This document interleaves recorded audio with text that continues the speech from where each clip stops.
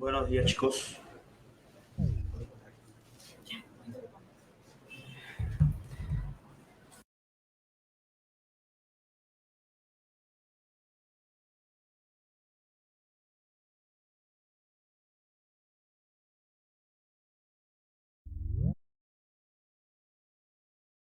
Buenos días, chicos. ¿Cómo están? Buenos días.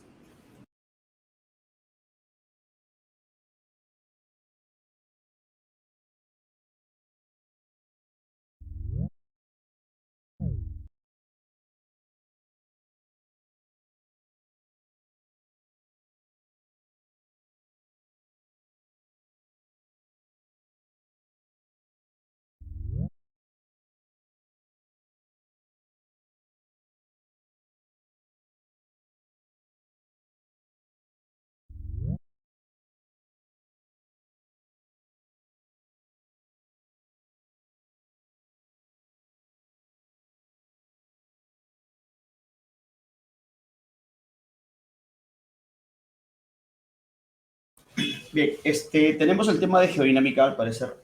Me confirman, por favor. Buenos días, chicos.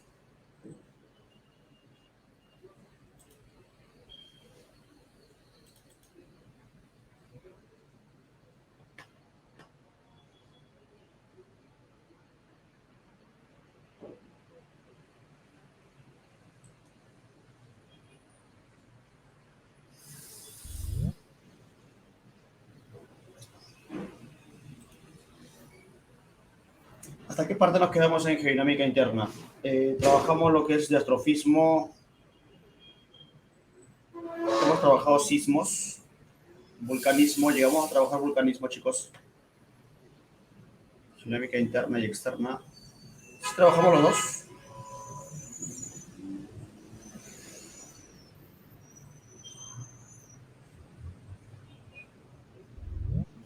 Falta la externa, solo la interna. Ya está. Bien.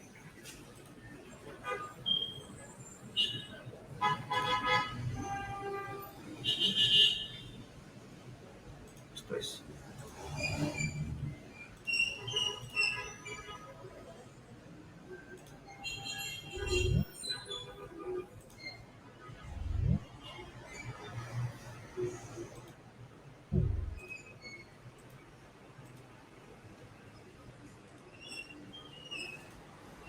Se puede apreciar, jóvenes, sismos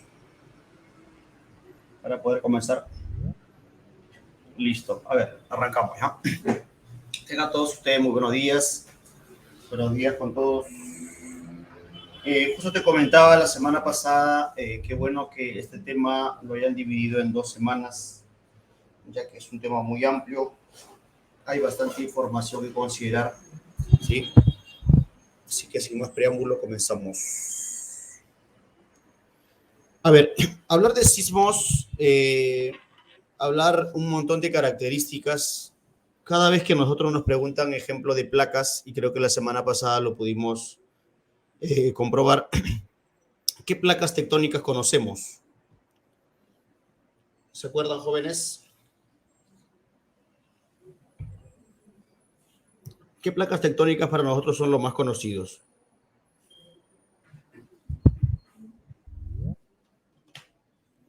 Nazca Sudamericana. ¿Por qué la pregunta? Justamente, y lo mencionamos también la semana pasada, la placa de Nazca Sudamericana son las placas que van a estar debajo, ¿sí?, del territorio peruano.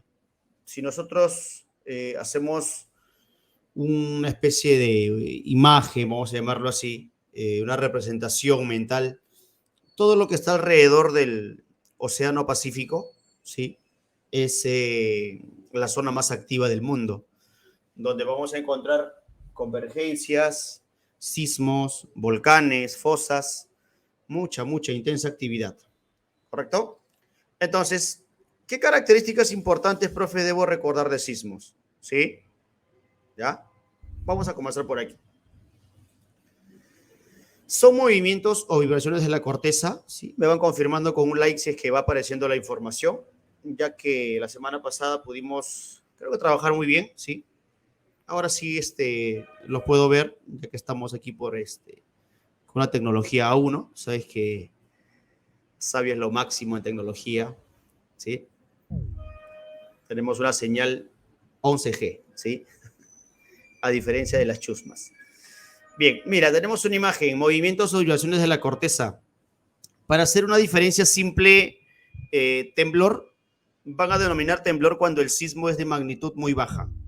¿Sí? Un sismo, yo lo puedo considerar a un movimiento telúrico de magnitud 2, 3, ¿sí? Por ahí hasta 4, ¿sí? Ya superior a esa magnitud, lo que vamos a encontrar son los famosos terremotos, ¿sí? Entonces, un terremoto, un temblor, la diferencia básicamente es la intensidad, ¿correcto? ¿Cuáles son las causas del sismo? ¿Por qué se puede originar un sismo? Fue pregunta de examen de admisión hace mucho tiempo, ¿sí?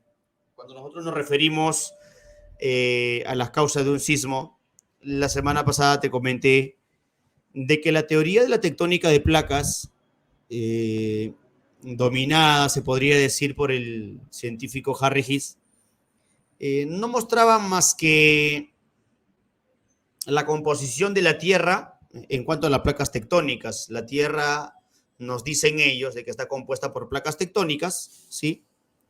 Y cada placa tiene una característica determinante, ¿ya? En particular, ¿ya? Supuestamente ayer a las 11:30 iba a haber un sismo de 8,8, no sentí nada, ¿no? Nos está informando por ahí un alumno. ¿De dónde salió esa información, doctor? Ni yo me he enterado. Sí.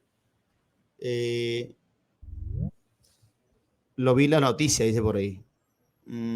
Qué raro, ¿eh? No lo pudimos, no tengo conocimiento de ello. Te mentiría si es que estuve enterado, no. Pero a la pregunta que va, sismos ocurren todos los días, ¿ya? Antes de que comience tu clase favorita de geografía, ocurrió un sismo, ¿sí? Yo lo sé porque a mí el IGP me informa cada vez que ocurre un sismo, ¿sí? Y obviamente me puedo enterar de la información. Profe, ¿cómo así? Fácil, ingresas al Facebook del IGP, Instituto Geofísico del Perú, y le das like. Y cada vez que ocurre un sismo te va a llegar la información. Así de simples, ¿sí? Porque el Instituto Geofísico del Perú es la entidad justamente que se encarga de brindarnos información acerca de, de los movimientos telúricos, de los acontecimientos de volcanes, ¿no? O sea, cada actividad, cada fenómeno, cada hecho tiene una institución que se encarga de su estudio, ¿no? ¿Ya? Bueno, si tienes la aplicación, mucho mejor todavía. La información va a ser mucho más detallada. ¿Ya? Profe, pero ¿por qué no lo sentí? Bueno, en particular, no todos los sismos lo vamos a sentir.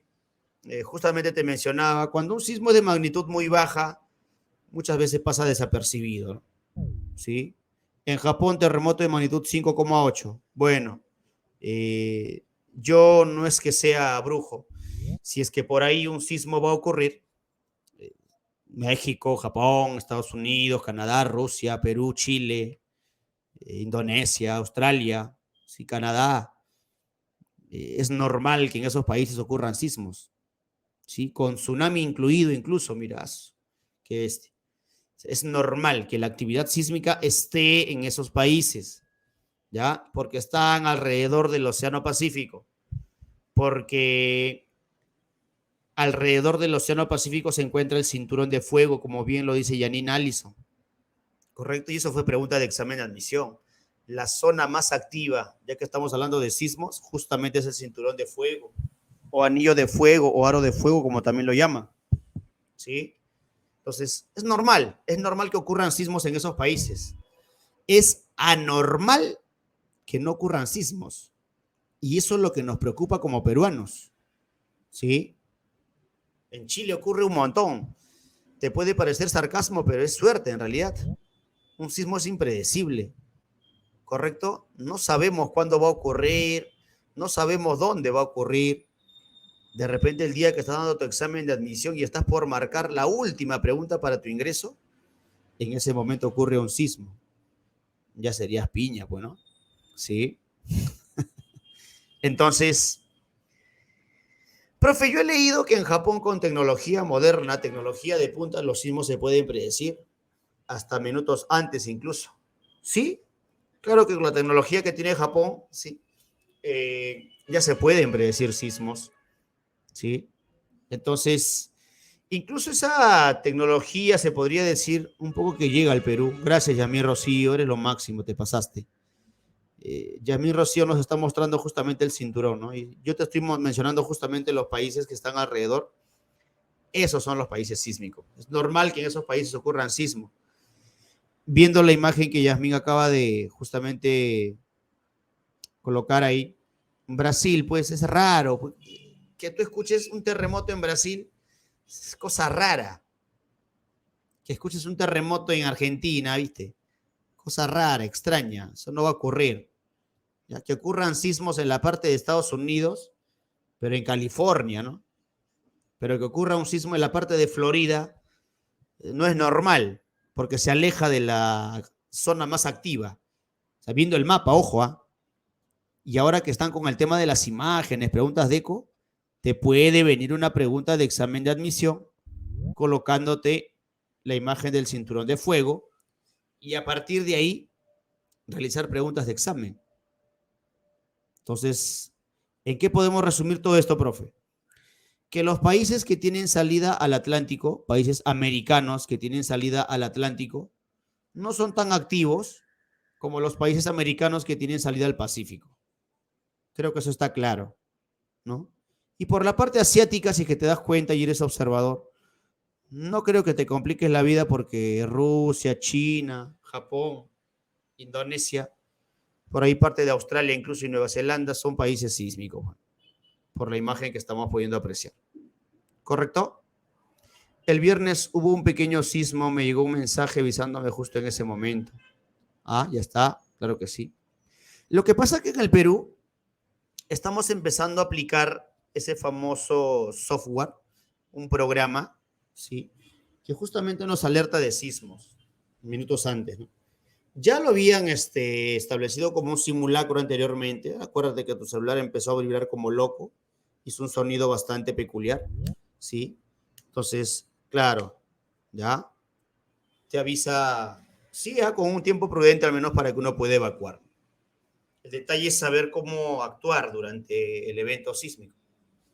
En un simulacro tu comportamiento no es lo mismo que el comportamiento durante un sismo en sí, ¿no? ¿Sí? Entonces, creo que el mensaje está claro, ¿ya? Ya está. Muy bien. Entonces, causas, choque de placas. La semana pasada hablamos de que las placas tectónicas son capas de las que están compuesta la corteza terrestre, ya la tenemos. Es la principal causa de un sismo, el choque de placas. Una erupción volcánica también puede originar un sismo, ¿correcto? Entonces, donde hay volcanes, ¿sí? Es muy probable también de que ocurran movimientos telúricos, porque es el lugar donde la energía justamente interna de la Tierra intenta salir a la superficie. ¿Correcto? Entonces, una erupción volcánica, por lo general violenta, puede originar un movimiento telúrico también. Pregunta, jóvenes, pregunta al mejor salón de todas las academias del Perú. ¿El ser humano puede originar un sismo?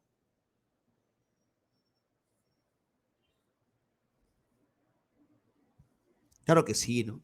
La respuesta creo que es uniforme. Claro, sí.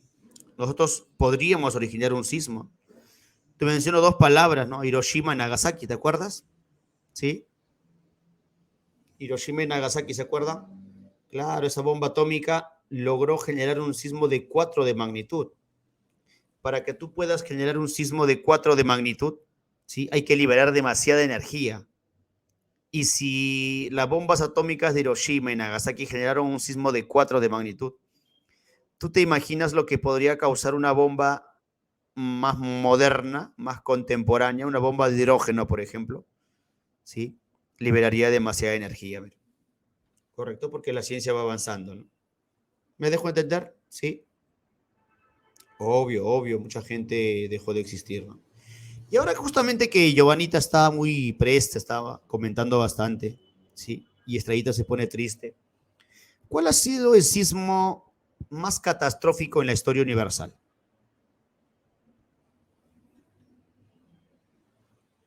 ¿Cuál ha sido el sismo más devastador de la historia universal?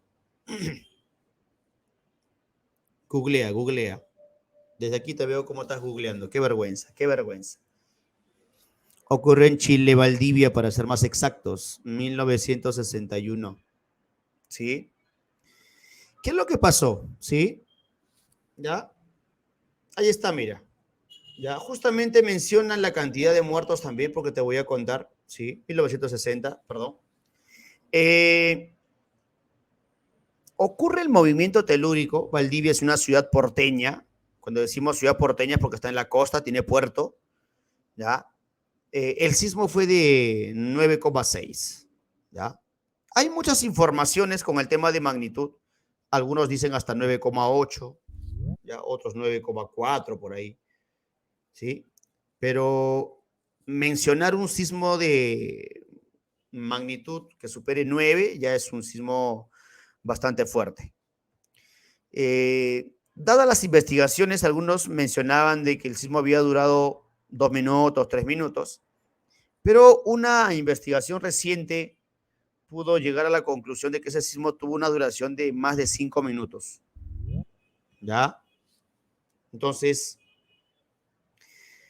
¿a qué nos referimos? Cuando nosotros hablamos de un sismo con esa magnitud y el tiempo de duración de más de 5 minutos, fue justamente lo que terminó con la vida de muchas personas.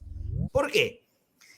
Los pocos o las pocas personas que creyeron haberse salvado durante el sismo no contaban con la astucia del sismo porque el epicentro fue justo cerca al mar. Entonces, mientras las personas creyeron haberse salvado del sismo, no esperaban que posterior a ello iba a ocurrir un tsunami. ¿Sí? Y el tsunami terminó generando más muertes, ¿sí? Que el mismo movimiento telúrico incluso. ¿Sí? Entonces, va a depender de muchos factores. Por ahí justamente mencionaban a Turquía, ¿no? Lo que pasó en Turquía fue algo bastante triste, todos nos pudimos enterar. Pero, ¿qué me pregunta San Marcos? ¿Cuáles son los factores que podrían determinar de que un sismo se convierta en un desastre? ¿Sí? Entonces, en el territorio peruano, al igual que Turquía, son las construcciones inestables, ¿no? Las construcciones precarias. Uno observa la imagen de Turquía y Turquía, pues, por ser un país bicontinental, tiene parte europea, parte asiática, ¿no? Y esas mismas tradiciones permiten que sus casas se construyan solamente de un material no tan resistente, ¿no? Al igual que el Perú, en el Perú, en Lima, sobre todo, hemos crecido de una manera tan desordenada, ¿sí? Que en tu caso tus cerros tienen construcciones precarias, ¿no? ¿Qué has hecho tú para poder vivir? Pircado, las famosas pircas que han sacado las roquitas, han asentado por ahí unos cuantos bloques y empiezan a construir la vivienda. O sea, no hay una construcción con ingeniería, con arquitectura, ¿no? Que permita asentar una buena base, un buen cimiento y a partir de ahí recién realizar la construcción, porque ten en cuenta algo, ¿eh? Los mejores lugares para poder vivir son los cerros, justamente. Así que no te sientas mal. Pero el detalle está en que como el cerro tiene material rocoso, esa base es muy resistente, tiene que haber ingeniería de por medio, no lo que tú has hecho en tu casa, amigo, ¿sí? Entonces, la vulnerabilidad, ¿sí? La vulnerabilidad va a ser un factor determinante para que un sismo se podría convertir en un desastre natural, ¿sí? Exacto, ¿no? O sea, hay casitas que tienen más de 4 pisos en los cerritos, estarán hechos con un buen cimiento, habrá habido ingeniería y ese es el detalle, ¿no? Por eso dicen que Lima no está preparado para un sismo de gran magnitud. Y el mismo director del IGP nos dice que ya toca a Lima. ¿Por qué nos dice que ya toca a Lima? ¿Sí? Nos dice que ya toca justamente porque hace mucho tiempo no ocurre un sismo de gran envergadura, permitiendo que la energía se pueda liberar, ¿no? Porque eso justamente es la finalidad de un volcán, de un sismo, ¿no? Liberar energía. ¿Correcto? Entonces hay que estar preparado, joven, hay que estar preparado. No voy a decir que terminando la clase la tierra empieza a temblar y ahí sí la canción, ¿sí o no? ¿Ya? Pero mente positiva, mente positiva. El ser humano también puede originar un sismo. ¿ya? El ser humano también puede originar un sismo, ¿sí? Ojo, no vayas a, no mates a Firulaya, no lo abandones a Firulay, puede salvar tu vida, amigo. Si tienes por ahí mascotitas, a frufru, un lorito, un guacamayo, qué sé yo. Los animales tienen un sexto sentido y eso está comprobado. Ellos te pueden avisar minutos antes incluso del movimiento, sobre todo las aves. El animal tiene un sexto sentido que se comporta de una manera bastante extraña antes del sismo, ¿sí? Entonces, por ahí podría ser también una ayuda importante, ¿ya? ¿Qué terminologías tengo? Mi gallina. Ya está, mira. Aquí aparece en la imagen un movimiento telúrico, no sé si lo puedes ver. Sí, me confirmas, por favor. Ha aparecido una imagen, ¿sí? Con el movimiento telúrico, ¿ya? En donde podemos ver el movimiento a raíz de un choque de placas, ¿no? Y la Tierra empieza a temblar, mira. ¿Ya? ¿Qué probabilidades hay de que te salves si vives cerca al mar y ocurre un tsunami? ¿Ya? Ya, si la imagen no se mueve es porque obviamente el GIF está ahí, ¿ya? A eso se le llama vulnerabilidad, Brian Smith. Y eso fue pregunta de examen, ¿no? La vulnerabilidad, eh, la vulnerabilidad es el grado de exposición, es el grado de ubicación, ¿ya? Profesor, ya se ve la PPT entera, no sale por imágenes. No entiendo. Recién acabo de colocar hipocentro o foco. ¿Me confirman, por favor? Recién acabo de colocar hipocentro o foco. ¿Se ve todo? Ahí, a ver. Vamos a darle solución entonces. Vamos a darle solución. Así que tranquilo, tú tranquilo, amigo. Tú tranquilo nomás. No te desesperes. No comas ansias. Estás en mis manos. ¿Ya?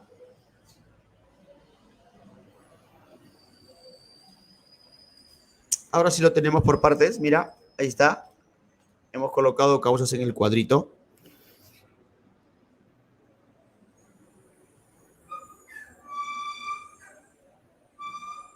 Ya. A ver, me dice, comparta la pantalla completa, me dice. A ver, a ver, a ver.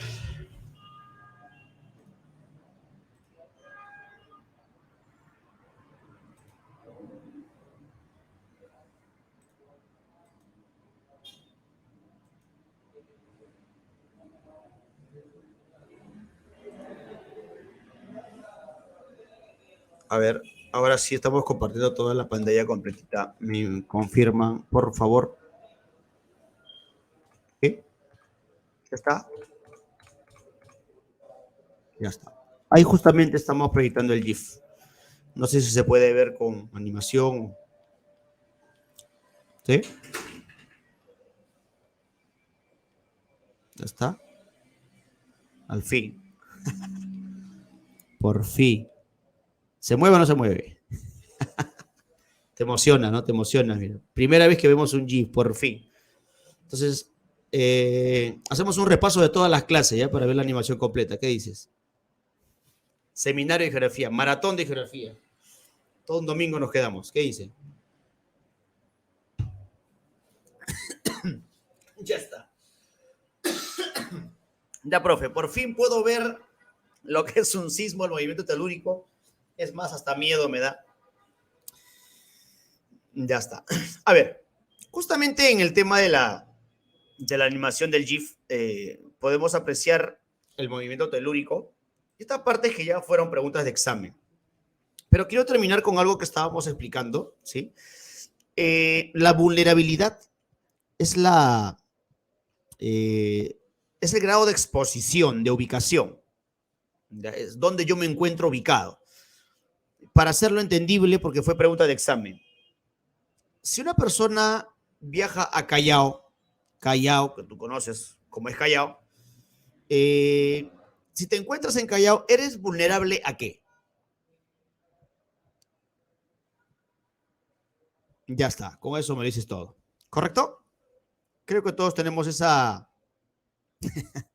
esa clara imagen de la región política de Callao por la inseguridad, no más que nada. Entonces, si es que yo me alejo de Callao, obviamente que la probabilidad de que ocurra un robo va a disminuir, ¿sí? Y si yo me ubico cerca a Callao, la probabilidad de que me roben incrementa.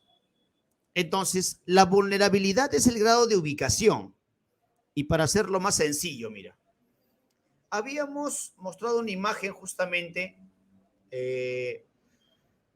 cuando una alumnita proyectó justamente el tema del cinturón de fuego. Si nosotros nos ubicamos cerca al cinturón de fuego, es muy probable de que suframos las consecuencias de un sismo o de un tsunami, ¿ya? Pero si nos alejamos de dicho cinturón de fuego, obviamente que la probabilidad de que ocurra un desastre, ¿sí?, va a disminuir. Eso es vulnerabilidad, el grado de ubicación. Te pongo un ejemplo sencillo para que podamos entender, no nos vayan a hacer la pregunta de examen. Nosotros tenemos una imagen clara y real del territorio peruano, ¿sí? Del territorio peruano. ¿Qué regiones políticas del territorio peruano serían vulnerables, ¿sí? Serían vulnerables ante un sismo? Menciónamelas, por favor.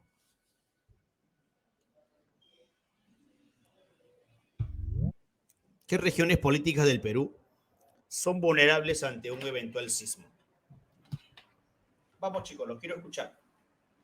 Opiniones, opiniones. Me refiero a que si nosotros tenemos una imagen del mapa político del Perú, ¿ya? Sí, o sea, ¿qué regiones, no? Creo que Yasmín Valeria, de una sola respuesta, mató un montón de pájaros, ¿sí? Todos los departamentos costeros, ¿no? Y Shirley lo conforman. Todo el litoral, toda la costa. Creo que eso está claro. Entonces, es raro que en Loreto se registren sismos. Hace tiempo, me acuerdo antes de pandemia, ocurrió un movimiento telúrico en Loreto, ¿no? La gente se asustó. Pero ¿cómo en Loreto? Es cosa rara, extraña, ¿no? ¿Ya? Puede ocurrir en Loreto, o sea, lejos de las regiones costeñas, pero por otro factor, ¿no? Ya por la rajadura de una placa, por ejemplo, que se llama fallamiento, pero no por choque de placas. ¿Sí? Creo que está claro el tema de vulnerabilidad. Ahora sí, tengo el sismo, el punto donde verdaderamente chocan las placas, que es en el fondo, recibe un nombre y se llama hipocentro o foco. Ahí se van a originar las ondas sísmicas. ¿Correcto? ¿Sí? Y qué bueno que ahora se pueda ver la animación, porque los GIF que explican acerca de los tipos de ondas sísmicas, apelo, apelo. Ni siquiera voy a hablar, porque solito se explica eso. Ya si tú no me entiendes onda sísmica con los GIF que he puesto, porque tú sabes que sabes lo máximo, me retiro de la educación, amigo, ¿ya? Entonces, terminemos de completar esto para poder, tranquilo, estás en mis manos, tranquilo. El hipocentro foco está en el fondo de la Tierra, donde chocan las placas. La parte superficial, si es que yo proyecto el hipocentro hacia la parte superficial, ese viene a ser el epicentro o epifoco. ¿Correcto? Es el punto superficial donde se registra, ¿sí?, el movimiento, en este caso, telúrico. ¿Correcto? Ahí está, bien. ¿Sí? Entonces, ¿cuál sería una diferencia entre epicentro e hipocentro, por favor?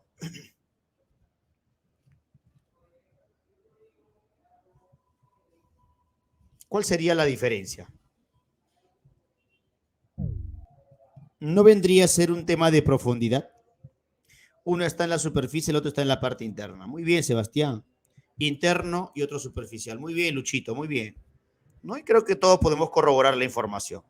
Uno parte desde el interior, el otro en la superficie. Muy bien, Luis, muy bien.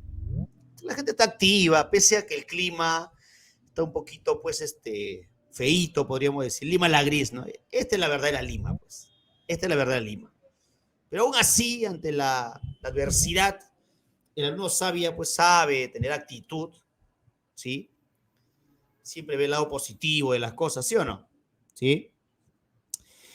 Pero ambos pertenecen al mismo movimiento, profe. Uno genera al otro. No. Bueno, se podría decir, ya que lo preguntas, que el hipocentro, ¿sí? Es el inicio y se podría decir que el epicentro es el final.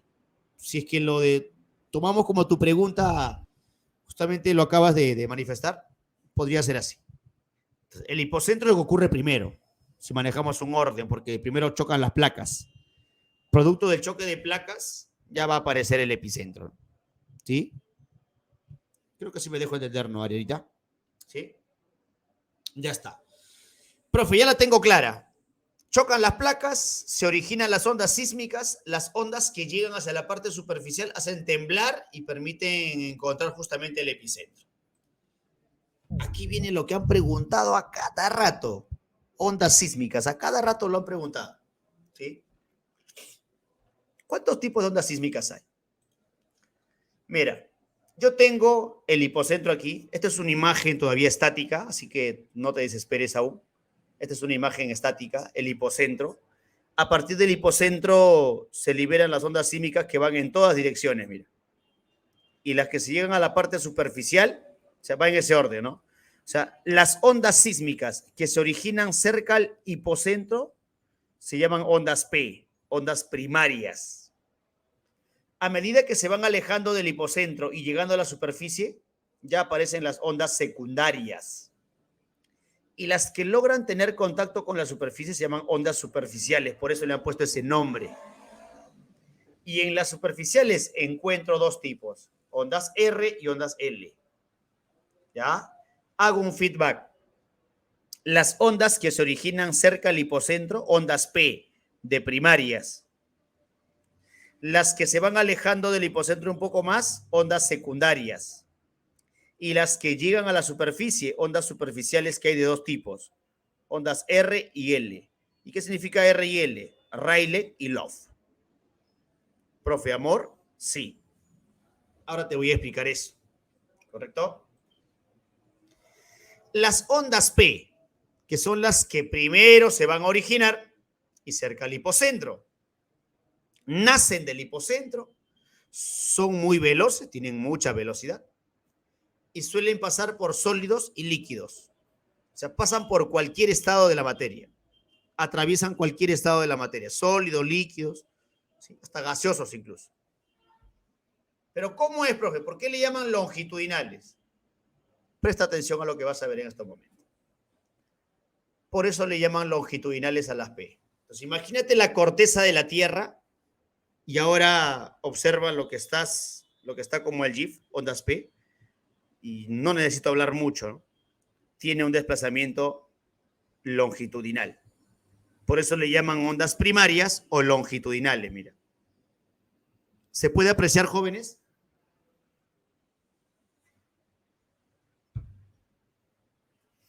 Ese es el desplazamiento de unas ondas primarias o longitudinales, ¿ya? Que por eso le llaman de esa manera longitudinales, porque tienen esa forma de desplazarse. Dime, ¿quién aparece después de las primarias? ¿Quién aparece después de las primarias? Las S, muy bien, las secundarias. Profe, las secundarias son más lentas porque ya se han alejado del hipocentro, como que ya empiezan a perder fuerza, por eso que son más lentas. Y solo atraviesan medios sólidos nada más. ¿Sí? Solo pasan por medios sólidos. ¿Correcto? Profe, ¿cómo se mueve una secundaria o transversal? ¿Por qué le han puesto transversal? Por esto le han puesto transversal. Mira. O sea, la imagen se explica solito, por eso le llaman transversales. Mira. Porque su desplazamiento es totalmente distinto o contrario, por así decirlo, a una longitudinal. Si la primaria recorre de manera longitudinal, o sea, hacia la derecha o hacia la izquierda, las ondas S le llaman transversal porque se mueven hacia arriba y hacia abajo. Por eso se llaman transversales. Mira. ¿Todo claro, jóvenes? ¿Sí? Pregunta de examen en la presa San Marcos. Las ondas primarias y secundarias son las que generan destrucción. ¿Verdadero o falso?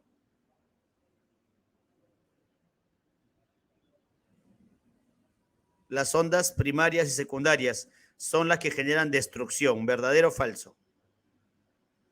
Eso es más falso que la U campeón, amigo. ¿Cómo me vas a decir que las primarias y secundarias generan destrucción si esas no llegan a la superficie? Claro, son las superficiales las que se van a encargar de destruir tu asentamiento humano, amigo. ¿Sí? Por eso le llaman superficie. O sea, si a mí me dicen, ¿qué tipo de ondas llegan a la superficie? O sea, malo. El nombre mismo está ahí, las superficiales. Si esas son las que llegan a la superficie, son las que van a causar destrucción. No hay nada complicado, el nombre mismo lo dice. No hay nada de memorismo, chancarse la cabeza, una trepanación craneana para que ingrese información. No, nada, amigo. Está fácil, ¿correcto? Pero entonces, profe, muéstreme cómo se desplazan las ondas que destruyen mi vivienda, profe, que hacen caer mi estera. Las ondas Rayleigh. Son de movimiento elíptico retrógrado del suelo. Profe, si solamente lo explica de esa manera, la verdad no le voy a entender nada. Pero siempre he sido yo amante de las imágenes. Una imagen vale más que 1000 palabras. Y un GIF, mucho mejor. Ahí lo tienes, mira. ¿Correcto? Imagínate que tu casa está encima de la onda Rayleigh. Esas sí son las que van a hacer temblar tu casita, pues. ¿Sí? Tu calamina se caería, ¿sí o no? ¿Me dejo entender? Movimiento elíptico. ¿Alguna vez en tu vida has tendido tu cama? ¿Sabes lo que significa tender cama, no? ¿Sí? Cuando tú tiendes tu cama y coges la sábana y haces un sacudón, ¿sí? ¿No se mueve de la misma manera? O cuando quieres estirarlo, como dice Yamin, ¿sí o no? Es el mismo movimiento, exacto, forma como una especie de onda, ¿no? Onda elíptica retrógrada. Ya está. Más fácil que eso ya no, pues. ¿Sí? Ahora, eso es un tipo de onda. Cuando por lo general la placa es flexible, ¿no? Pero ¿qué pasaría si la placa es dura? La onda love. Profe, amor. De amor no tiene nada, amigo. Son las más destructivas. Son horizontales en ángulo recto al desplazamiento. Profe, si usted lo coloca así como texto, no le voy a entender nada y lo voy a maldecir, profe. Porque habría pagado mi pensión por gusto, profe, en vano. Tranquilo, amigo, estás en sabia. Fíjate cómo es una onda love. ¿Sí? Imagínate que tu casita esté arribita de las ondas love. Uy, uy, uy, te quedas sin columna, te quedas sin estera, tu plástico que has puesto para la lluvia se cae, ¿sí o no? ¿Sí? Ahí está. Para eso están las llantas como base para que amortigüe, ¿sí o no? Gracias a ti, Lima es vulnerable, amigo. Te pasas. ¿Cómo vas a construir de esa manera? Te pasas. Por tu culpa, Lima es vulnerable ante un movimiento telúrico. Jóvenes, a ver, quiero que me digas, creo que sin escribir tanto y ni hablar tanto, los GIF me demuestran cómo es un desplazamiento de tipo de ondas. Y con eso lo puedo entender fácil, ¿sí? ¿Alguien tiene dudas, por favor, para poder continuar? ¿Sí? Todo claro, ¿verdad? ¿Sí? Ahí está. Todo claro, todo bien. ¿Sí? Entonces, habiendo explicado el tema de ondas, que ya fue pregunta de examen, ¿no? Avancemos. O sea, las love son las más destructivas. Conclusión, jóvenes, el amor destruye. ¿Ya? Profe, ¿por qué le pusieron love? Es el apellido del científico. ¿Sí? Rayleigh. Son apellidos de los científicos que se encargaron del estudio. ¿No? ¿Sí? Coincidencia, dice, ¿no? Ya está. Profe, ¿cuáles son los tipos de escala? Porque recuerdo que en la última pregunta de examen de admisión de San Marcos vino, ¿sí o no? ¿Te acuerdas o no? Dime la verdad, sé sincero, ¿fallaste, sí o no? En la última pregunta de examen. A ver, ¿por qué tipo de escala preguntaron, a ver, en el último examen de admisión de San Marcos? Tú que estás comprometido con tu ingreso, porque tú revisas las preguntas de examen de admisión, tú estás al tanto de las preguntas de examen de admisión, ¿sí? Ay, ay, ay. Ahí está Omarcito, muy bien. Así es, pues, Omar, ¿qué vamos a hacer? A veces se da, por algo vale la pena la espera, ¿sí? Estás tomando un impulso para que ahora sí vayas con fuerza, ¿sí? Muy bien, como dice Omarcito, preguntaron por la escala de Mercalli, ¿ya? Y la pregunta no fue difícil, ¿eh? Fue muy fácil. Para como te lo voy a explicar, fue muy fácil, ¿sí? Mira, Richter, ¿ya? Richter, Mercalli también son apellidos de los científicos, así que no te hagas problemas, ¿sí? Y aparece la magnitud de momento que ninguna academia te la explica, solamente yo, ¿sí? La escala de Richter, jóvenes, lo que registra es la magnitud. En dos palabras, ¿qué es magnitud? La energía liberada. Y quiero que eso se impregne en tu cerebrito. La magnitud es la energía liberada, ¿sí?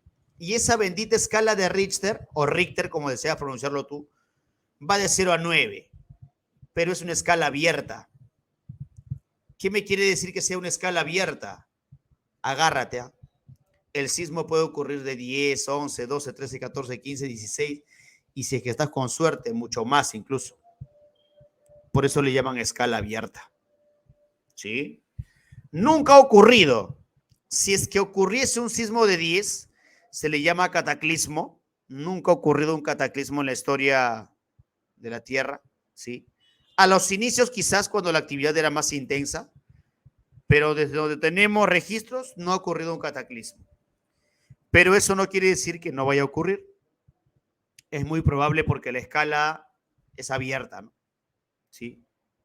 Se registran en números arábigos y es un tema cuantitativo, ¿sí?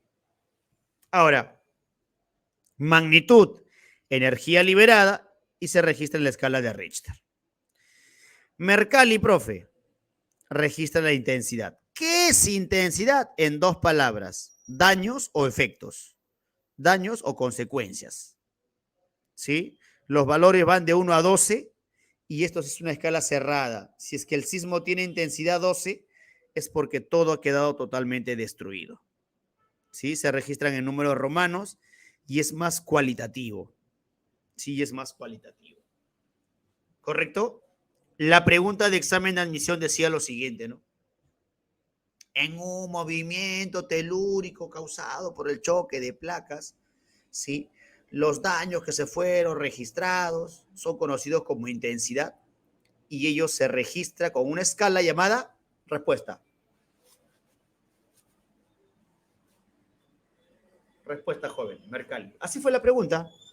No fue difícil. Marquito puede corroborar si desea esa información porque si fue justamente fue quien me informó. O sea, no fue complicada la pregunta. ¿Ya? Entonces, el tema en sí es un tema bastante recurrente. Ahora, el detalle. Siempre que nosotros observamos un movimiento telúrico, ¿ya? O nos brindan información, ¿sí? ¿Ya? Lo que pasa que Yasmín Valeria, ¿sí? En realidad se van a registrar ambas escalas, ¿ya? Porque lo que se desea saber son dos cosas. Cuánta energía se ha liberado, para eso utilizan Richter, y por ahí si el grado de destrucción es masivo, van a utilizar Mercalli, ¿no? Porque lo que Mercalli registra es el grado de destrucción. Entonces yo puedo utilizar, ¿sí? Ambas escalas para saber cuánta energía se ha liberado y cuánto daño también ha ocurrido. No sé si me dejo entender. ¿Correcto? Listo. A lo que iba. Todo el mundo tiene mimetizado, implementado en su cerebro, tatuado en su cerebro de que la escala de Mercalli, de la escala de Richter, perdón, es la más conocida, la que siempre se suele utilizar cuando nos brindan informes de sismos y todo lo demás. Todo correcto con eso. Pero hay un detalle. La escala de Richter es una escala que no me sirve para sismos de gran envergadura. O sea, para hacerlo más entendible aún. Si es que ocurre un sismo de 1, 2, 3, 4, 5, hasta 6, la escala de Richter me sirve. Porque con esa magnitud, ¿sí? Me brinda buena información. Pero, ¿qué pasaría si el sismo supera la magnitud 7, 8, 9? ¿Sí? Ya no me sirve Richter. Conclusión, Richter solamente me sirve para sismos de baja magnitud. ¿Sí? Para sismos de baja magnitud. Entonces, ¿qué es lo que se crea? 6,5 para ser exacto. Muy bien, Omarcito. ¿Sí? ¿Qué es lo que se crea justamente para poder estudiar todos los sismos de cualquier magnitud? La escala de magnitud de momento. Ahí está la información, ojo. ¿Eh? La escala de magnitud de momento es la más acertada y utilizada. Permite medir sismos pequeños y grandes, porque Richter solamente registra hasta 6,5. ¿Sí? Lo que pasa es que Heidi, cuando me dicen de 0 a 9, es porque el sismo de mayor magnitud ha llegado hasta 9,6, más no ha registrado. Si es que se registraría superior ya a 10, que no lo ha habido, se consideraría un cataclismo. Y con más razón aún, si es que ocurre un sismo superior a 9, no me va a servir con más razón Richter. Lo que vamos a tener que utilizar es la escala de magnitud de momento. ¿Me dejo entender, Heidi? ¿Correcto? El hecho de que sea abierta o cerrada no tiene nada que ver con la diferencia de Richter y magnitud de momento. Richter solamente me sirve para sismos de baja magnitud. Si yo quiero obtener una información exacta, concreta, verdadera, fehaciente, utilizo magnitud de momento. Ahora, lo que pasa es que ya estamos mal acostumbrados. Así el sismo sea superior a 6,5, ya estamos acostumbrados a decir Richter. Es como las regiones de la costa, del Perú, perdón. Costa, sierra y selva. En realidad no tenemos sierra, tenemos región andina. Pero cambiar esa información es complejo, ¿no? Porque ya se ha divulgado. ¿Sí? Entonces, cuando te digan Richter, pero con una escala que sea superior a 6,5, ¿sabes tú como alumno sabia, la mejor academia del Perú, de que si es superior a 6,5, no es la escala de Richter, es la escala de magnitud de momento? ¿Me dejé entender, futuros científicos? ¿Me dejé entender, Cupas? ¿Me dejé entender? Ya está. Tudo bien, profe. ¿Sí? Claro, claro que lo puedo repetir. Este es mi trabajo, tranquilos. La escala de Richter solamente me sirve para sismos de baja magnitud y me brinda información con exactitud, con claridad. Pero cuando el sismo es de magnitud superior a 6,5, ya Richter no me brinda información clara, no me sirve. Para eso se creó la magnitud de momento. La escala de magnitud de momento registra cualquier tipo de magnitud. O sea, es una magnitud o escala que ha sido creada recientemente y con esa finalidad, ¿no?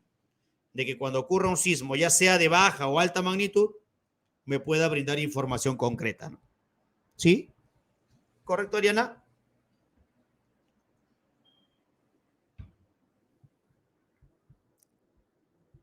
Cuando quiere decir abierta es porque el sismo puede ocurrir de mayor magnitud.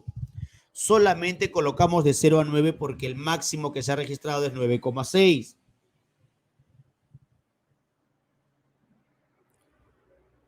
¿Sí? En realidad, algunos, de repente entiendo yo que tu duda es por el tema del decimal. Incluso algunos manejan de 0 a 10. De 0 a 10, porque el hecho de que haya sido 9,6 maneja como un intervalo de 0 a 10, ¿no?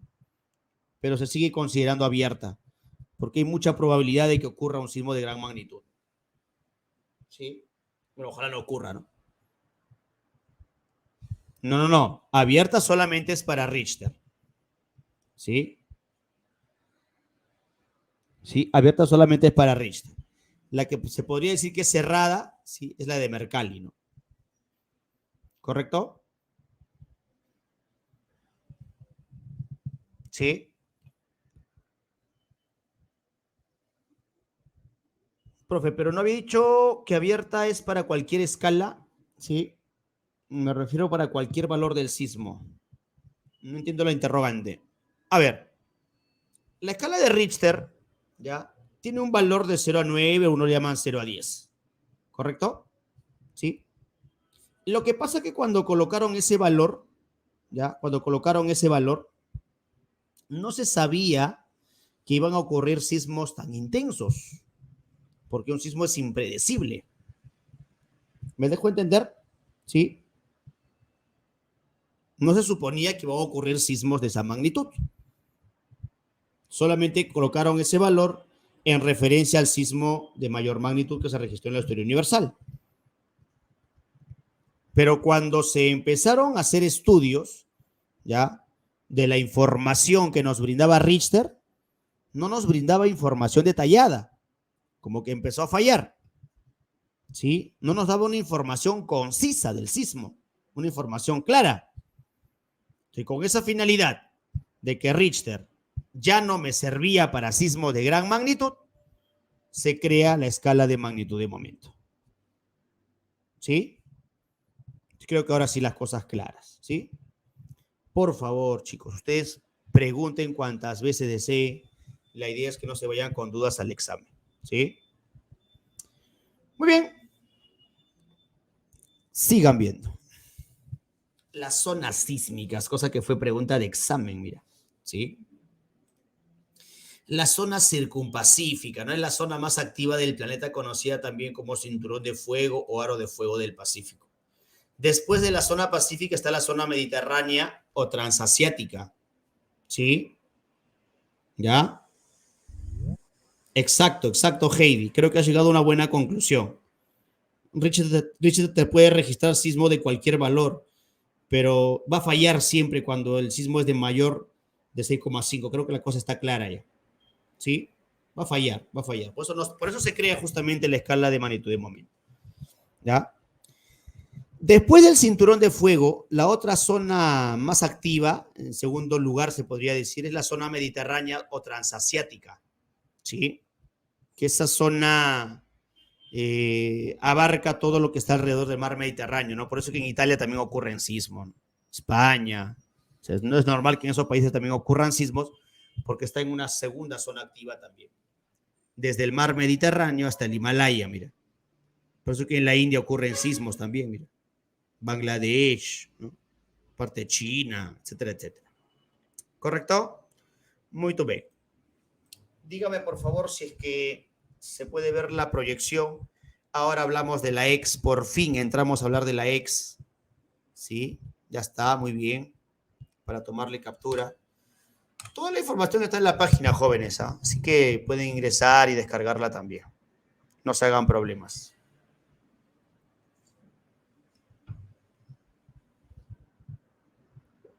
Claro, Jacqueline Shirley.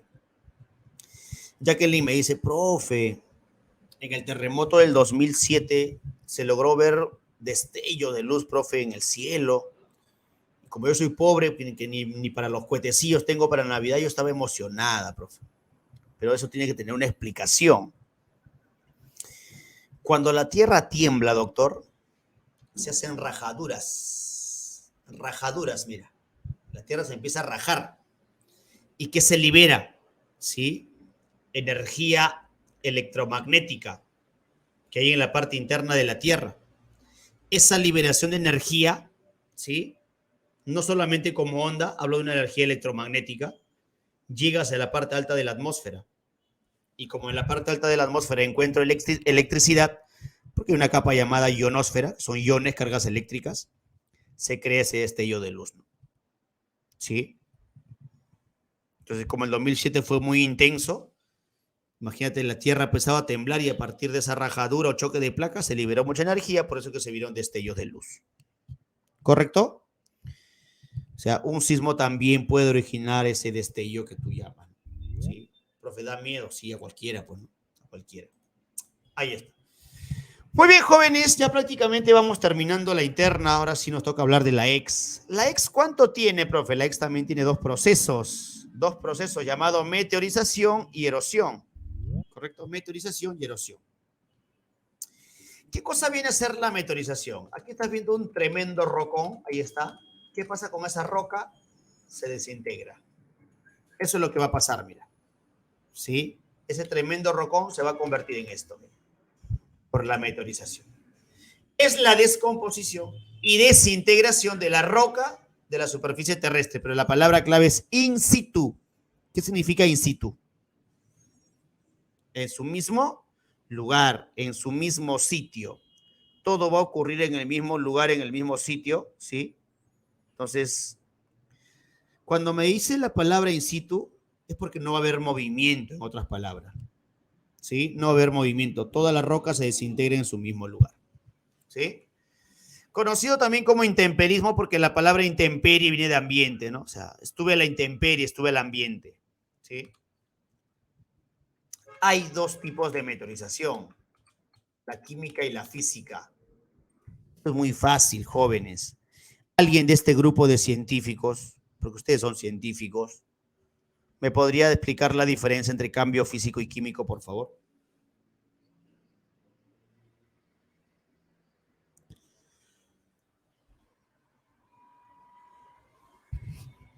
Se lajearon ya, mira, ya se lajearon ya. Se lajean. El cambio químico altera la composición de la materia. Correcto, Yasmín.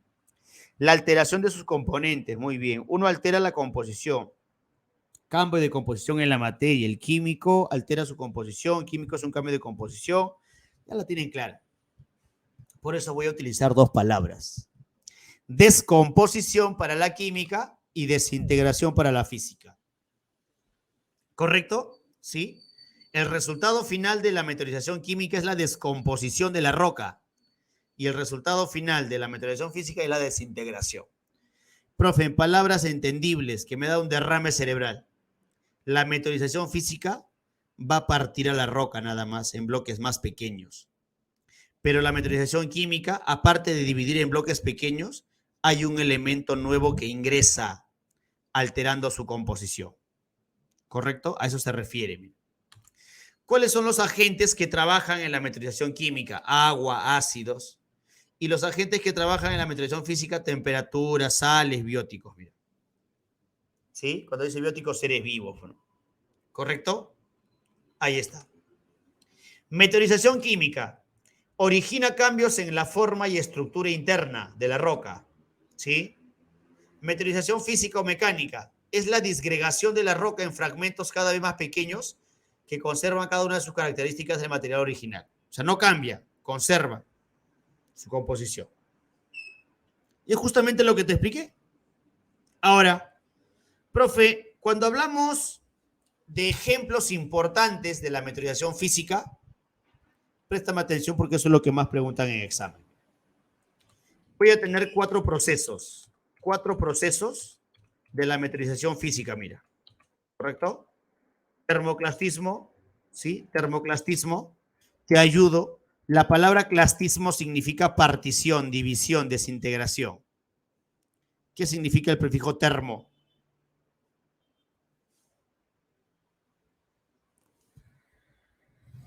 Calor, temperatura. ¿Quién se encarga de partir entonces a la roca? La temperatura, el calor. ¿Cómo así, profe? Explíqueme.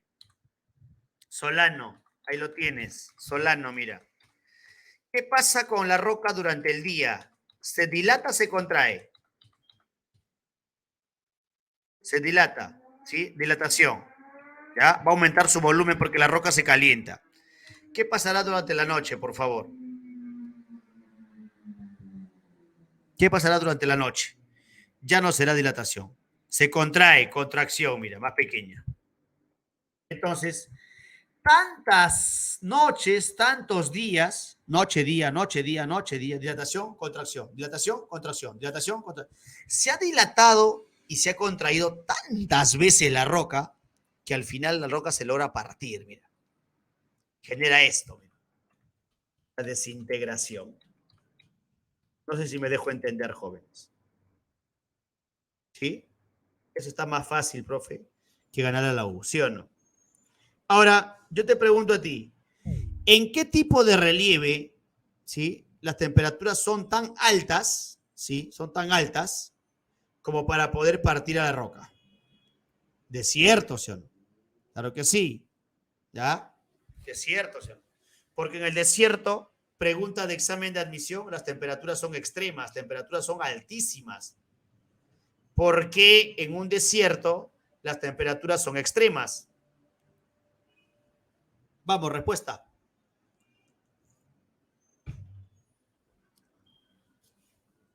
¿Por qué en un desierto las temperaturas son extremas, jóvenes? Claro, muy bien. Por el ambiente seco, es que no hay humedad. Si hubiese humedad, ¿sí? Se regularía la temperatura. Pero como no hay humedad, ¿sí? El ambiente se torna seco. Es por la presencia o la escasa presencia de la humedad. ¿Sí? Sigan viendo. Crioclastismo. El prefijo crio significa hielo. El prefijo crio significa hielo. Tengo una roca por aquí, ¿sí?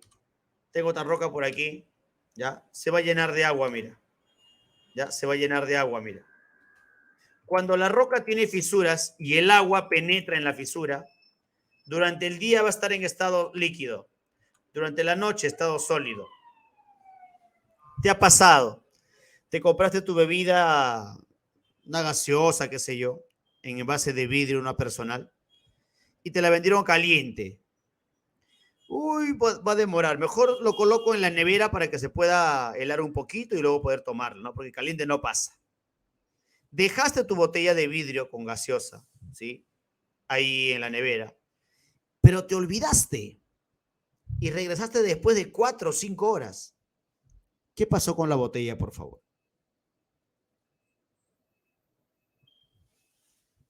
La botella se rompió. ¿Y por qué se rompió la botella? Porque cuando el agua pasa de estado sólido a líquido, ¿sí?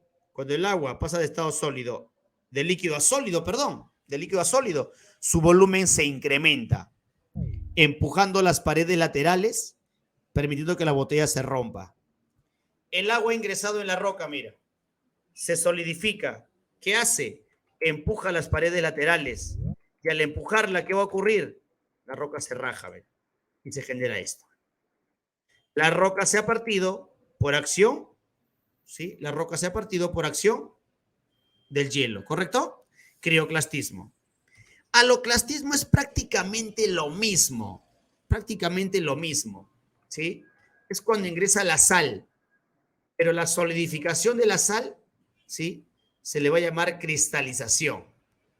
Igual, la sal se solidifica, se cristaliza, aumenta su volumen empujando las paredes laterales y se convierte en esto. Jóvenes, ustedes me dijeron que el termoclastismo se da en un desierto por lo general, ¿sí? ¿Ya? ¿El crioclastismo dónde se va a dar? ¿Dónde crees tú que se va a dar con mucha intensidad el crioclastismo?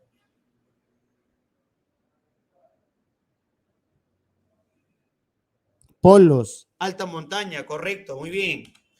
Y el tema del aloclastismo, donde hay sal, ¿dónde crees que se va a dar con mucha intensidad? En el mar, ¿correcto? Muy bien, muy bien, muy bien. Zonas costeras, el mar. Terminamos con el bioclastismo, ¿sí? Terminamos con el bioclastismo. Cuando me hablan de bioclastismo, hablo de los seres vivos. Yo tengo por aquí una roquita, ¿sí? Y cuando la raíz encuentra una fisura en la roca, la raíz penetra, esa roca ya fue. Porque la raíz cuando crece, el volumen aumenta, empujando las paredes laterales, permitiendo que la roca se rompa, mira, y termine como roca desintegrada en este caso. ¿Correcto, jóvenes? Toda palabra clastismo significa partición, división. ¿Sí? La roca se parte por acción del calor, la roca se parte por acción del hielo, la roca se parte por acción de la sal y también las plantas destruyen a la roca. Hemos terminado con meteorización. ¿Alguna pregunta, alguna duda, consulta, inquietud, sugerencia, denuncia? ¿Están vivos? ¿Ya se desmayaron? Claro, el ser humano también lo rompe. Lo que pasa es que te informo que el ser humano es el agente que más modifica el medio ambiente. Es el agente que más desgasta, más contamina y todo lo demás. Muy bien. Podemos colocar la diapo anterior, me dice por aquí. Ahí está. Ahí está la diapo anterior. Sí. El antropoclantismo es la acción humana, pues. Y es la más intensa, incluso, Sebastián. ¿Ya? Es la acción humana que parte a la roca y es la más intensa, porque el ser humano puede destruir una cordillera en lo que la naturaleza tardaría miles y miles de años. O sea, Estos 4 ejemplos, Omar, son ejemplos de meteorización física. Si quieres ejemplos de clima, agarra tu papelito, por favor, y copiamos, ¿ya? Tenemos, ¿ya? La oxidación, porque en la oxidación hay un elemento nuevo que se está agregando, que es el oxígeno, y eso altera la composición, ¿sí? ¿Ya? El crioclastismo o la hidroclastía son sinónimos, ¿ya? El crioclastismo o la hidroclastía sí son sinónimos. Incluso también hay un sinónimo llamado gelifracción, que es lo mismo, ¿ya? Gelifracción también. Buena pregunta, Yasmín. ¿Ya? Procesos en la meteorización química: oxidación, carbonatación, lixiviación, que fue la última pregunta de examen, ¿sí? Lixiviación es la descomposición de la roca por acción del agua de lluvia, ¿sí? ¿Correcto? Y por ahí la hidrólisis, la hidratación, ¿no? Entonces, en químico, ¿qué tengo? Oxidación, carbonatación, lixiviación, ¿sí? La lluvia ácida no genera composición química, lo que genera o está relacionado con la pérdida de la fertilidad, ¿sí? La pérdida de la fertilidad, incluso del suelo más que de la roca, ¿correcto? Incluso del suelo más que de la roca, ¿sí? Es importante para este tema, ¿sí? Profe, ¿puede explicar solo de crioclastismo? El agua, la roca tiene fisuras. En esa fisura el agua ingresa y durante el día va a estar en estado líquido. ¿Qué pasa durante la noche? Pasa a estado sólido. Y cuando el agua ha ingresado a los poros de la roca, ¿sí? A la fisura de la roca, y se ha solidificado, o sea, básicamente es hielo, lo que va a hacer es aumentar su volumen, empujar las paredes laterales, ¿sí? Y permitiendo que la roca se parta. Le llaman crioclastismo, hidroclastía o gelifracción también le llaman. ¿Dónde voy a encontrar eso? En los polos o en las partes de las altas montañas, donde el frío es extremo, claro está. ¿Todo bien, jóvenes? ¿Te das cuenta que es un temón? No es difícil, pero es un temón. Qué bueno que lo hayamos dividido en 2 semanas, qué bueno. Si no te daba un derrame cerebral la semana pasada, ¿sí? Mira, tienes de la meteorización química: oxidación, carbonatación, lixiviación, hidratación e hidrólisis, ¿sí? Son ejemplos de meteorización química, ¿correcto? Ahora, ¿qué nos tocaría trabajar, profe, ya para poder terminar? Ahí apareció Leonardo DiCaprio, ¿sí? El tema de la erosión.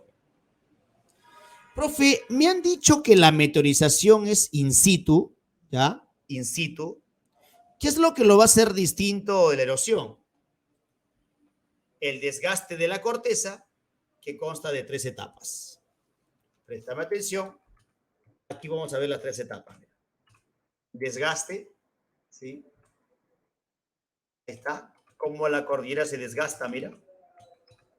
Y dichos sedimentos, producto del desgaste, son arrastrados, mira. Ahí está. Son transportados, desgaste, transporte. Y finalmente, mira cómo se acumula, mira. Mira, mira, mira. Es la magia de Savia, mira. Acumulación o depósito. O sea, jóvenes, la erosión consta de 3 etapas: desgaste, transporte y acumulación. ¿Correcto? Desgaste, transporte y acumulación. ¿Sí? ¿Cuál de esas 3 palabras crees tú que lo va a hacer distinto a la meteorización?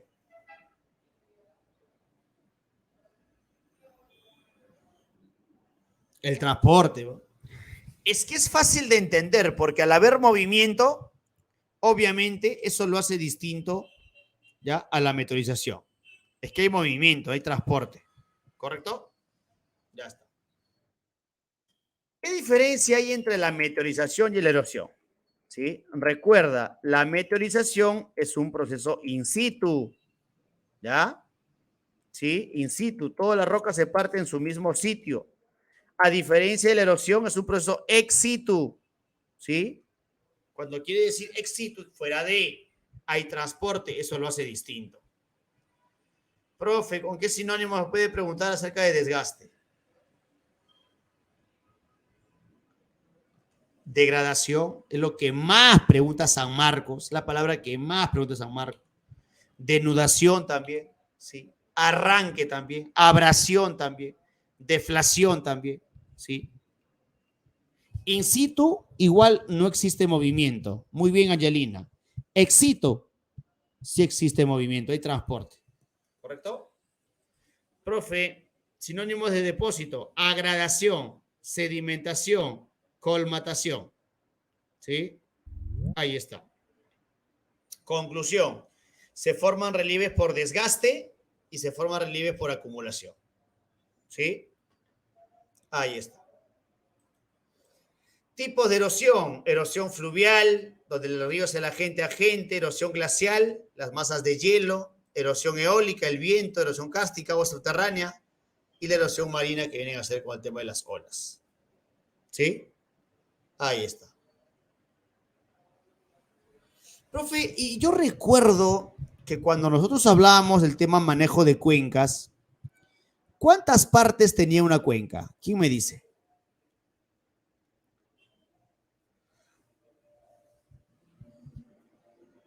¿Cuántas partes tiene una cuenca, jóvenes? Uy, qué vergüenza, qué vergüenza. La cuenca tiene 3 partes, jóvenes. Cuenca alta, cuenca media y cuenca baja. ¿Sí? Entonces, la cuenca alta es la parte de la cuenca, en este caso hidrográfica, donde los ríos nacen, que por lo general es la parte altoandina, ¿sí? La cuenca media es donde va a haber transporte, ¿sí? Y finalmente, la cuenca baja es donde se va a acumular sedimento, ¿ya? Es donde se va a acumular sedimento, ¿correcto? Entonces, profe, si yo observo aquí donde dice desgaste, esto sería parte de la cuenca alta, que al haber pendiente, el río baja con más fuerza, por eso que se da el desgaste, ¿correcto? ¿Sí? Ahora, en el transporte, que se debería ser la parte media, cuenca media, ya la pendiente se va perdiendo. Y como la pendiente se va perdiendo, ¿sí? Obviamente que la fuerza también empieza a disminuir. Por eso que aquí hay únicamente transporte. Y finalmente, en la parte baja, llana, plana, van a de arena. ¿Sí? Mira, acumulación de arena, mira. Todo es un proceso. Cuenca alta del río, hay desgaste. Cuenca media del río, hay transporte porque la pendiente se pierde. Y en la cuenca baja del río vas a encontrar depósito porque el relieve es plano prácticamente aquí. ¿Me dejé entender, jóvenes?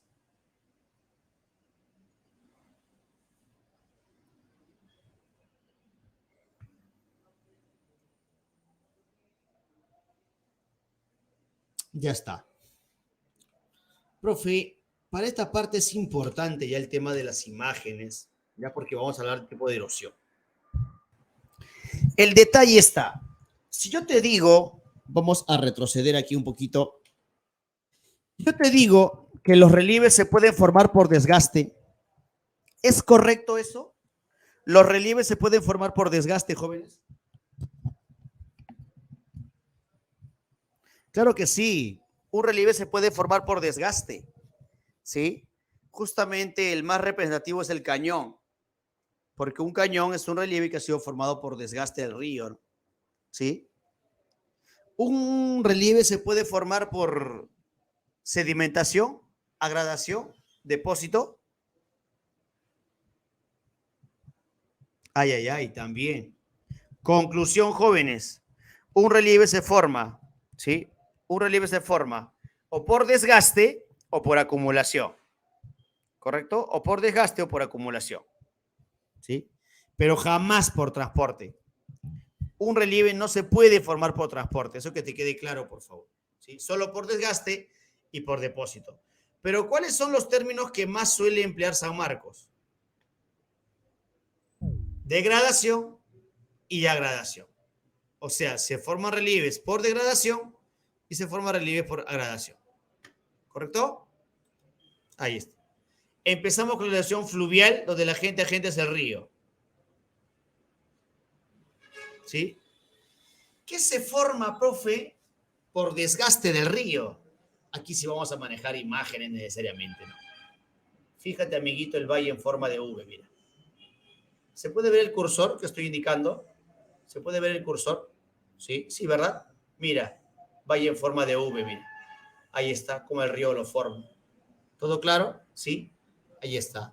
Una imagen vale más que 1000 palabras. ¿Sí? Bueno, trabajarlo en pizarra implicaría más chamba. También se puede dibujar. ¿Sí? Afortunadamente en Sabia llevamos los docentes cursos de dibujo y podemos también entregar en una clase presencial una imagen clara de lo que vendría a ser un valle en forma de V. ¿Correcto? Cañones. Muy bien, Omarcito, te estás adelantando. Cañones. Mira el cañón. El río pasa tantas veces que forma el cañón. Mira. Tremenda hendidura. Mira. Se sobreentiende que el nivel del río antes estuvo por aquí encima, ¿no? Entonces, al tener fuerza, el río desgasta, ¿no? Formando el cañón. ¿Sí? Pregunta, jóvenes. Pregunta a los alumnos de la mejor academia del Perú. Para que se forme un cañón, ¿el río tiene que tener torrente, sí o no?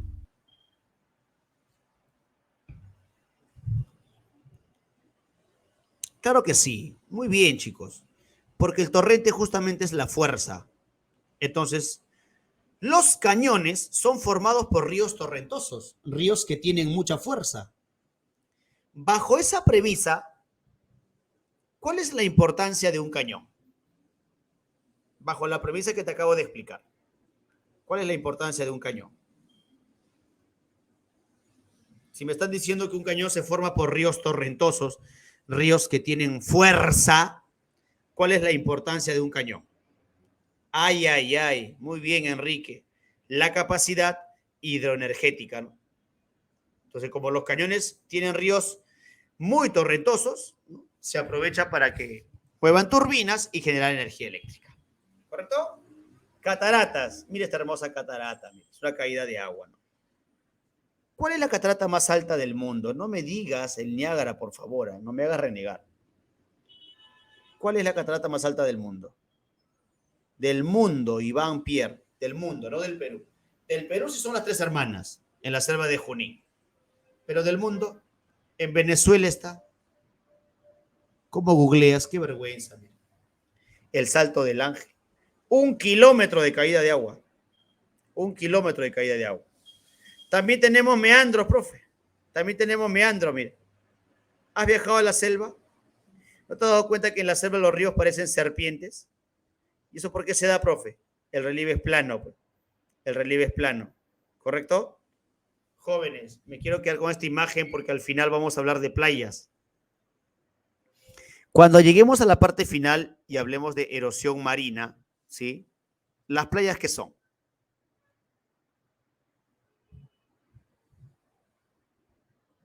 ¿Las playas qué son? ¿Cómo se forman las playas, jóvenes, por favor?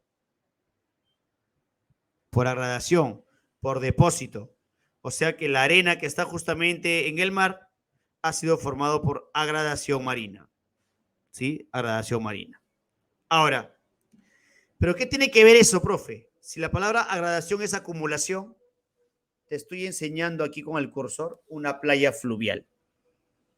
Porque la palabra playa es acumulación de arena nada más. Aquí se celebra la fiesta del San Juan, pues amigo. Cuando tú viajas a la selva, aquí se junta la gente para bailar y todo lo demás. Los ríos también tienen playas. La palabra playa es acumulación de arena.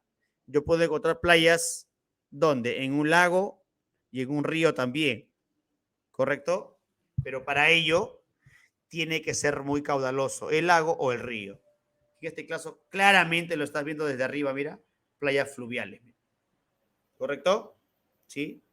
Ahí está. Ya más arribita aparecen los barriales, ¿no? ¿No, Sebastián? Más arribita aparecen los barriales, donde se cultiva arroz, frijol y todo lo demás. ¿Sí? Ahora, todo esto es por desgaste. ¿Qué pasa por la gradación delta? Como el río básicamente desemboca de manera tranquila, lo que hace es acumular sedimento por aquí, sedimento por aquí, sedimento por aquí. Y el río no tiene otra opción, ¿sí? más que desembocar por varios ramales, por varios canales, ¿no? Por la acumulación de los sedimentos, ¿sí? Para hacerlo más entendible, esta imagen me sirve un montón. Mira, cuando aquí, en el relieve plano, se han acumulado sedimentos, el río va a salir por varios ramales, mira, por varios ramales. Entonces, en este caso delta, es la acumulación, ¿ya?, de sedimentos por acción del río en su desembocadura. Conos de eyección, estás viendo un cono de eyección. Cuando el río baja, arrastra sedimentos y esos sedimentos los deposita en la parte baja. Mira. ¿Qué forma tiene, por favor? ¿Qué forma tiene, por favor? Ya está, ¿sí? Mira, tiene forma de conoción, ¿ya?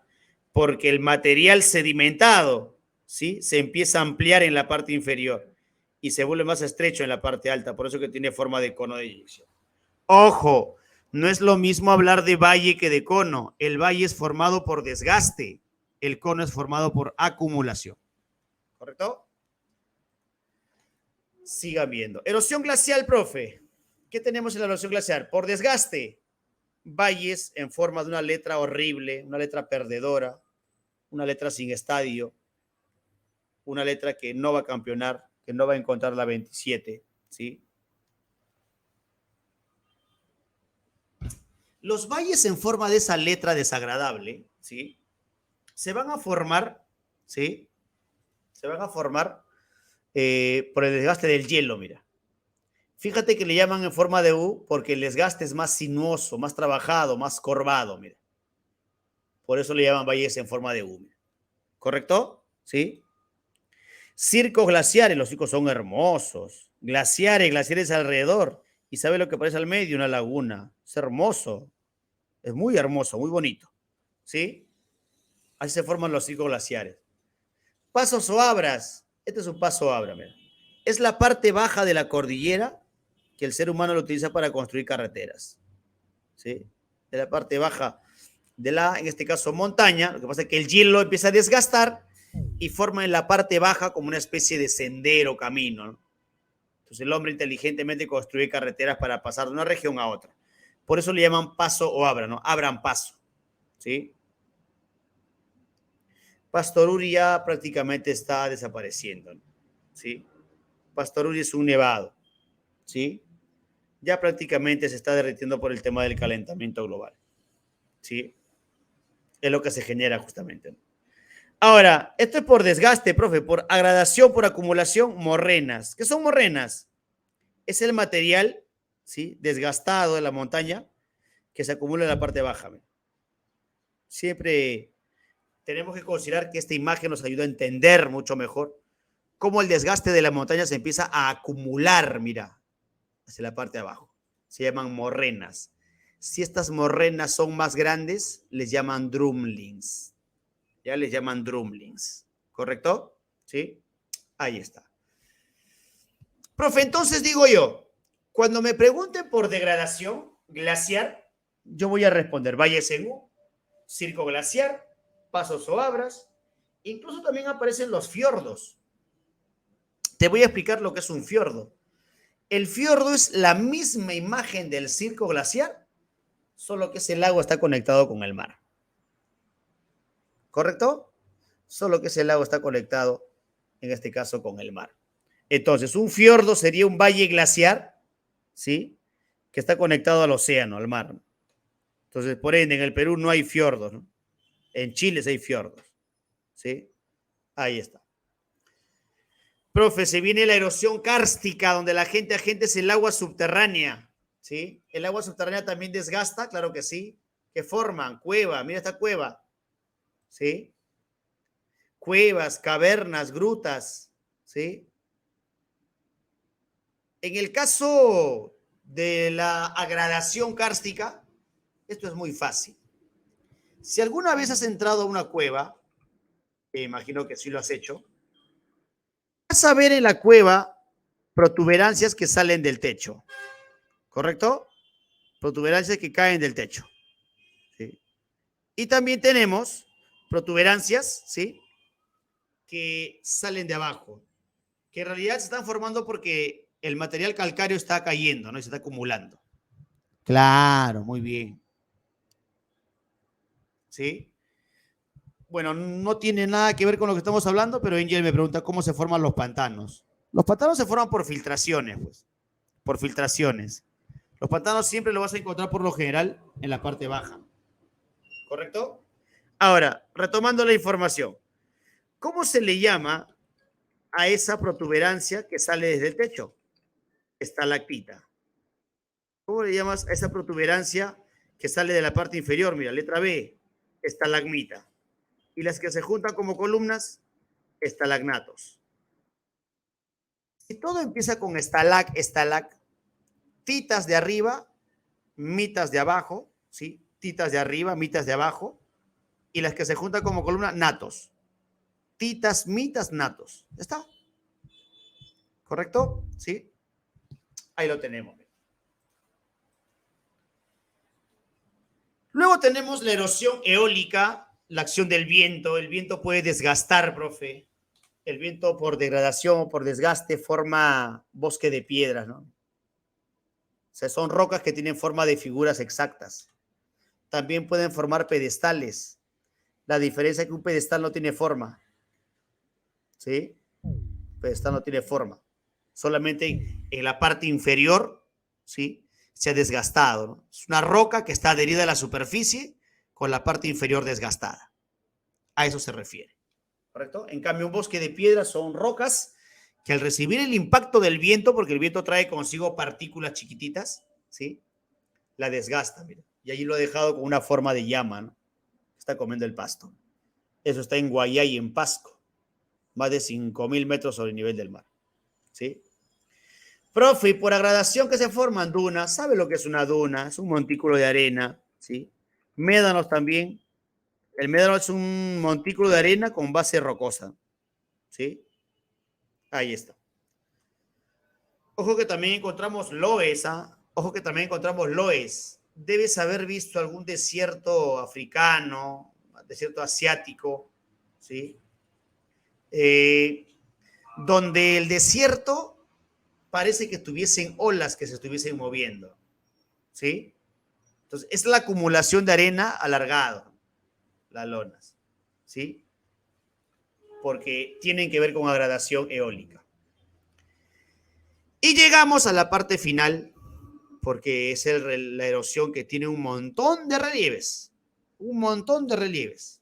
Es la erosión que tiene más relieves que el resto incluso, ¿sí? Y por degradación, ¿qué se forma? Estrechos. ¿Sabe lo que es un estrecho? Ahí está, mira, el estrecho de Gibraltar, entre Europa y África. ¿Correcto? Ahí está. Luego tenemos los acantilados, mira, ¿sí?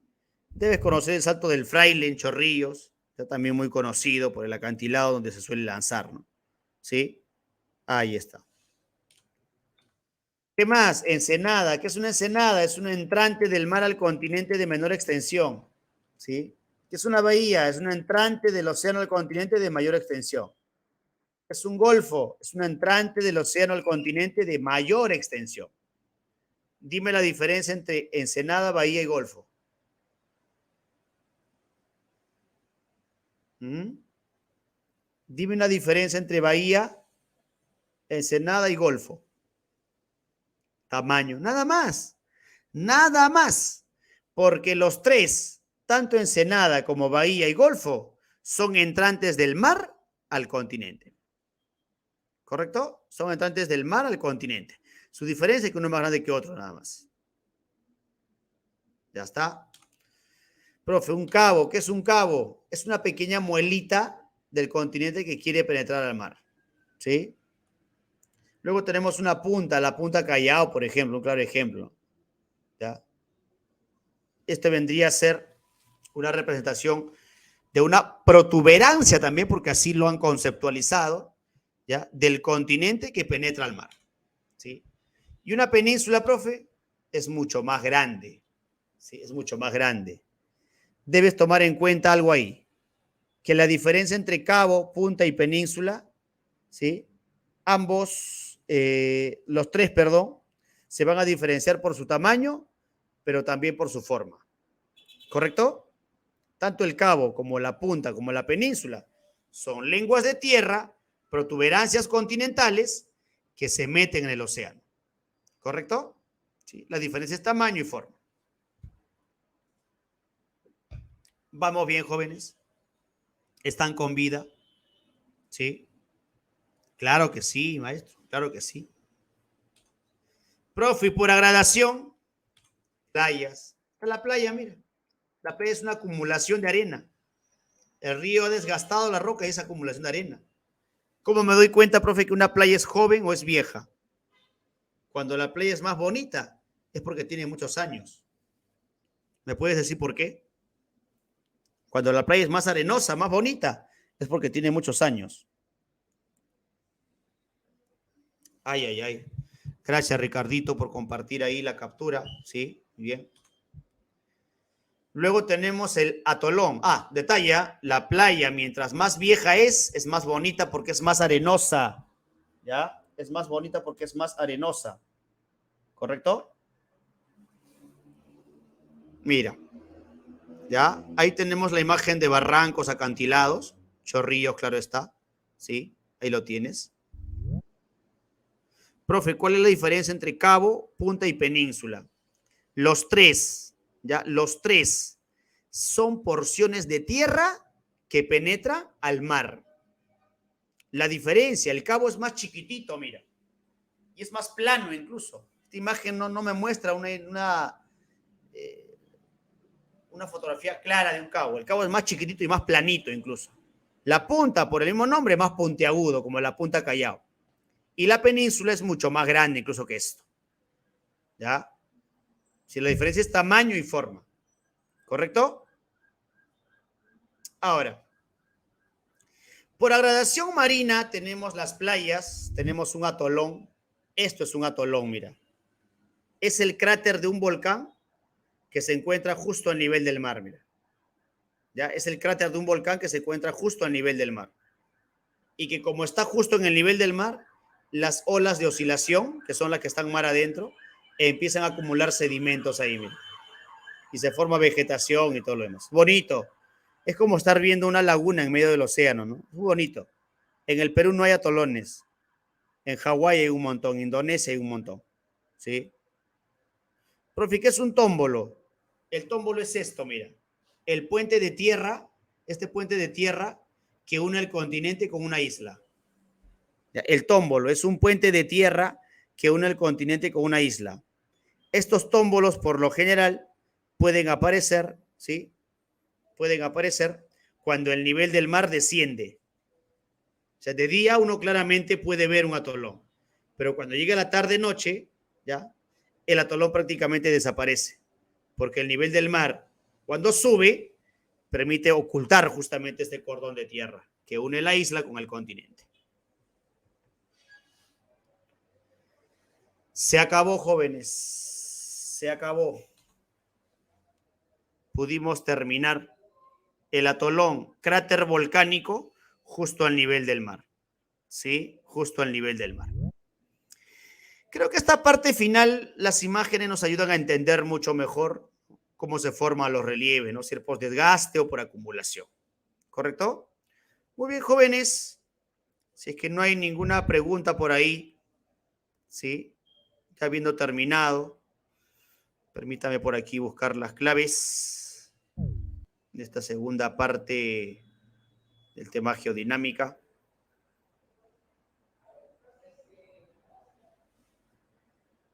A ver. Porque la biología te hará libre, ¿sí o no? Claro, pues maestro.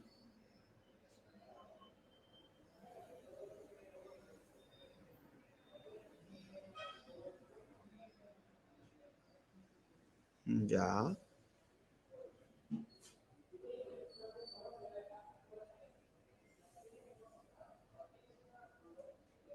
Gracias, Shirley, de nada. Atolón, lo estás viendo en la imagen, mira, justo que estoy proyectando. Esto no es una laguna pequeña. Da la apariencia de ser una laguna, es un cráter volcánico. El atolón son cráteres volcánicos. El cráter es la fisura del volcán, pues por donde sale el magma. Obviamente que está inactivo, se ha llenado de sedimentos, porque estos relieves son por gradación.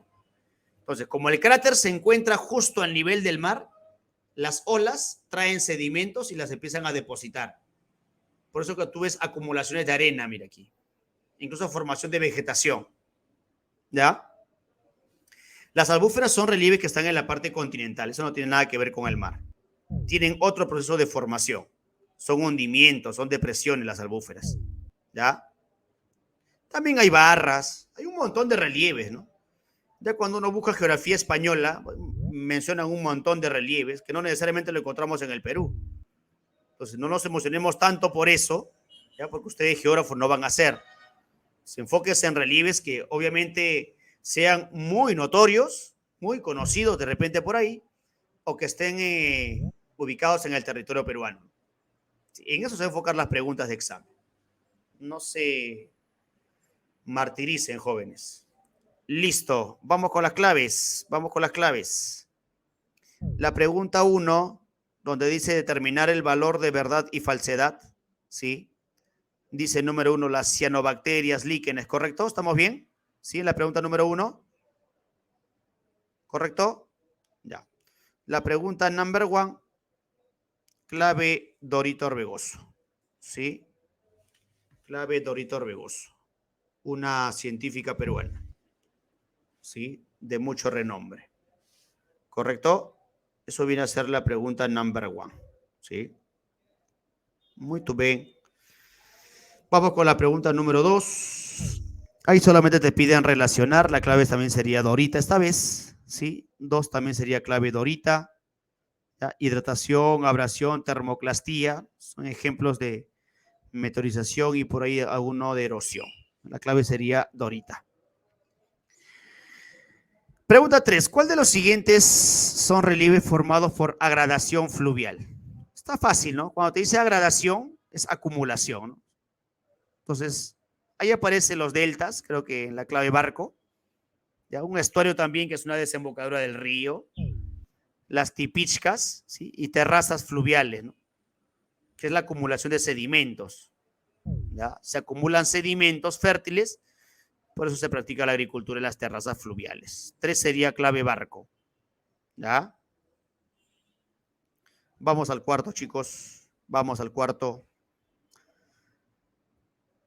En una salida de campo, un grupo de alumnos dispuso la ciudad de Pucallpa, ñañito, ¿no? Claramente en la imagen puedes observar meandros, ¿no?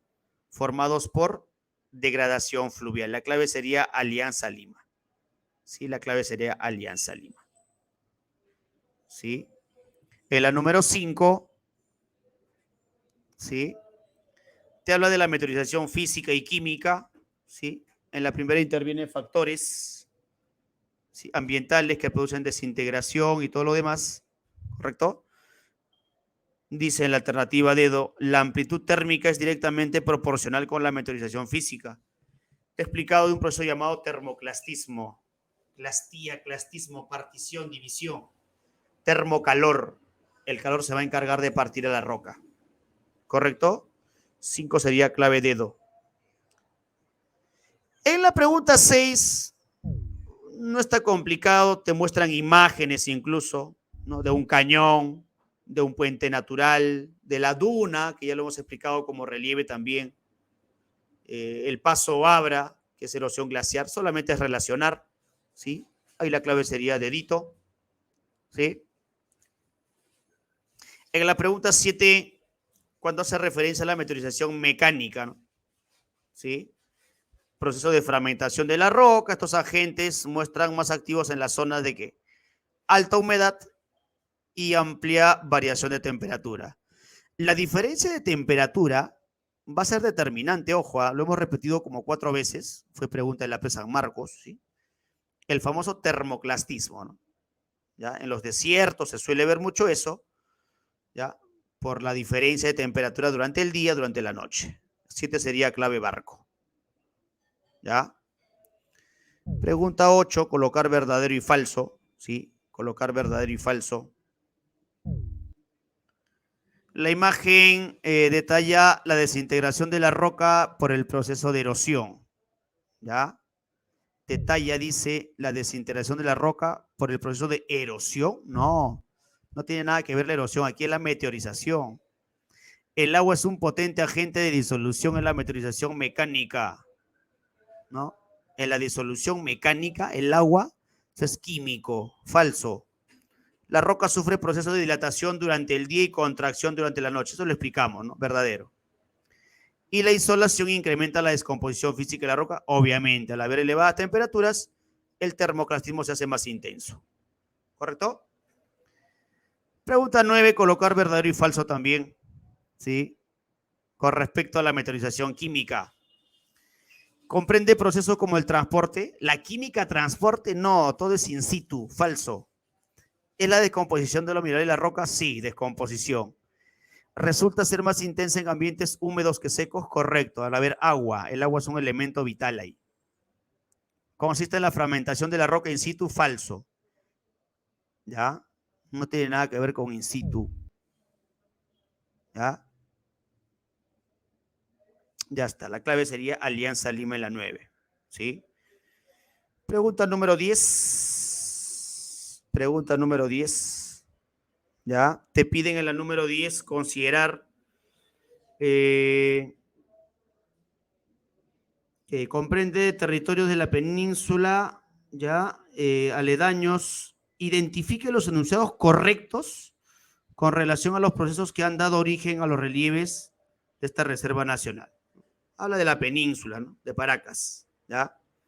En el inciso 2 tienes, es probable la presencia de farallones formados por degradación marina. Te explico lo que son farallones. Son rocas sobresalientes, ¿ya? Que están cerca de las playas. El impacto de las olas van a generar eso, son muy peligrosos, ¿ya? La 2 sería correcto. En la 3, el litoral sur costero está expuesto constantemente a la degradación marina, obviamente, ¿no? Litoral, olas, impacto, erosión marina, ¿sí? La clave sería 1 y 3. Esto es incorrecto. Ya, en la 10 sería clave avión. 11, con respecto a los procesos que se producen en el intemperismo. ¿Intemperismo qué cosa es? Meteorización.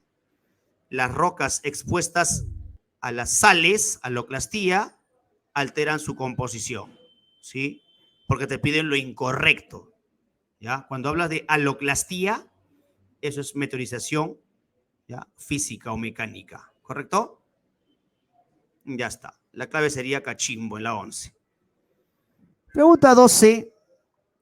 Dolinas, ¿no? Muy comunes, macizos calcáreos, son rastros formados de la disolución de los techos de las cavernas, ¿no? O sea, si me hablan de una cueva o caverna, la formación de las estalactitas, estalagmitas, tiene que ver con erosión kárstica, ¿correcto? 12 cachimbo.